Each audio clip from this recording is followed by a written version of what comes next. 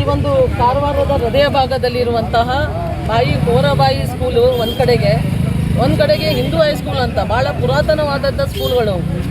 ಈ ಒಂದು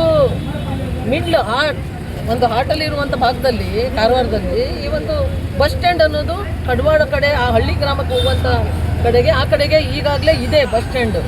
ಆದರೆ ಏಕಾಏಕಿಯಾಗಿ ನಗರಸಭೆಯವರು ಕಮಿಷನರು ಶಾಸಕರ ಅನುಮತಿ ಮೇರೆಗೆ ಆ ಬಸ್ ಸ್ಟ್ಯಾಂಡನ್ನು ತೆಗಿಬೇಕು ಮತ್ತು ಅಲ್ಲಿನ ಒಂದು ಧೋರಣೆನ ಇಲ್ಲಿ ಹಾಕಬೇಕಂತ ಹೇಳಿ ಈ ಒಂದು ಮಕ್ಕಳು ಓಡಾಡುವಂಥ ಸ್ಥಳದಲ್ಲಿ ಆ ಬಸ್ ಸ್ಟ್ಯಾಂಡನ್ನು ಡ್ರೈನ್ ಮೇಲೆ ಹಾಕಿದ್ದಾರೆ.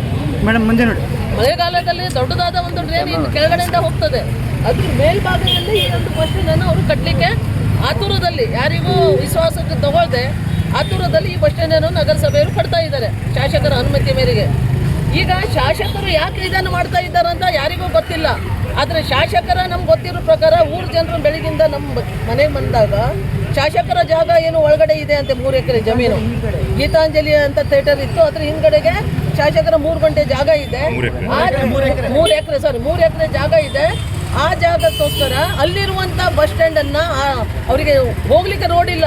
ಆ ಜಾಗಕ್ಕೆ ಅವರು ಸಾರ್ವಜನಿಕ ಆಸ್ತಿ ಅದನ್ನು ತೆಗೆದು ಅಲ್ಲಿರುವಂಥ ಬಸ್ ಸ್ಟ್ಯಾಂಡು ಕೂಡ ತೆಗೆದುಬಿಟ್ಟು ಈ ಕಡೆಗೆ ಬಸ್ ಸ್ಟ್ಯಾಂಡ್ ಮಾಡಬೇಕಂತ ಹೇಳಿ ಇಲ್ಲಿ ಅವರು ಬಸ್ ಸ್ಟ್ಯಾಂಡ್ ಕಟ್ತಾ ಇದ್ದಾರೆ. ಭಾಳ ಅನ್ಯಾಯವನ್ನು ಕೂಡ ಈಗಿನ ಸತೀಶ್ ಅವರು ಮಾಡ್ತಾ ಇದ್ದಾರೆ. ಅವರಿಗೆ ಆರಾಮಿಲ್ಲ ಅಂತ ಕೋರ್ಟ್ ಅವರಿಗೆ ರೆಸ್ಟ್ ಮಾಡಲಿಕ್ಕೆ ಕೊಟ್ಟಿದೆ. ಇವರು ನೋಡಿದರೆ ಈ ಥರದಲ್ಲಿ ಸಾರ್ವಜನಿಕ ಆಸ್ತಿ ನಷ್ಟ ಮಾಡಿ ಬರುವಂಥ ಈ ದಿನದಲ್ಲಿ ಏನು ಇವರು ಮಾಡ್ತಾ ಇದ್ದಾರೆ, ಇಲ್ಲೆಲ್ಲ ಮುಂದೆ ಹೋಗ್ತಾ ಇದ್ದಾಗ ಹಳ್ಳಿ ಊರಿಗೆ ಹೋಗ್ತಾ ಇದೆ ರೋಡು. ಅಬ್ಬವಾಡ ನಂತರ ಗ್ರಾಮೀಣ ಭಾಗಕ್ಕೆ ಅಲ್ಲಿ ಆಲ್ರೆಡಿ ಬಸ್ ಸ್ಟ್ಯಾಂಡ್ ಇದೆ. ಎಷ್ಟು ವರ್ಷದಿಂದ ಬಸ್ ಸ್ಟ್ಯಾಂಡ್ ಇದೆ. ನಾವು ಕೂಡ ಆ ರೋಡ್ ಮಾಡಬೇಕಾದ್ರೆ ಬಸ್ ಸ್ಟ್ಯಾಂಡ್ ಹಾಗೇ ಉಳಿಸಿದ್ದೇವೆ. ಅಲ್ಲಿ ಇರೋದು ಬಿಟ್ಕೊಂಡು ಅದನ್ನು ತೆಗೆದು ಈ ಕಡೆಗೆ ಈ ಶಾಲೆಯ ಮಕ್ಕಳು ತಿರುಗುವಂಥ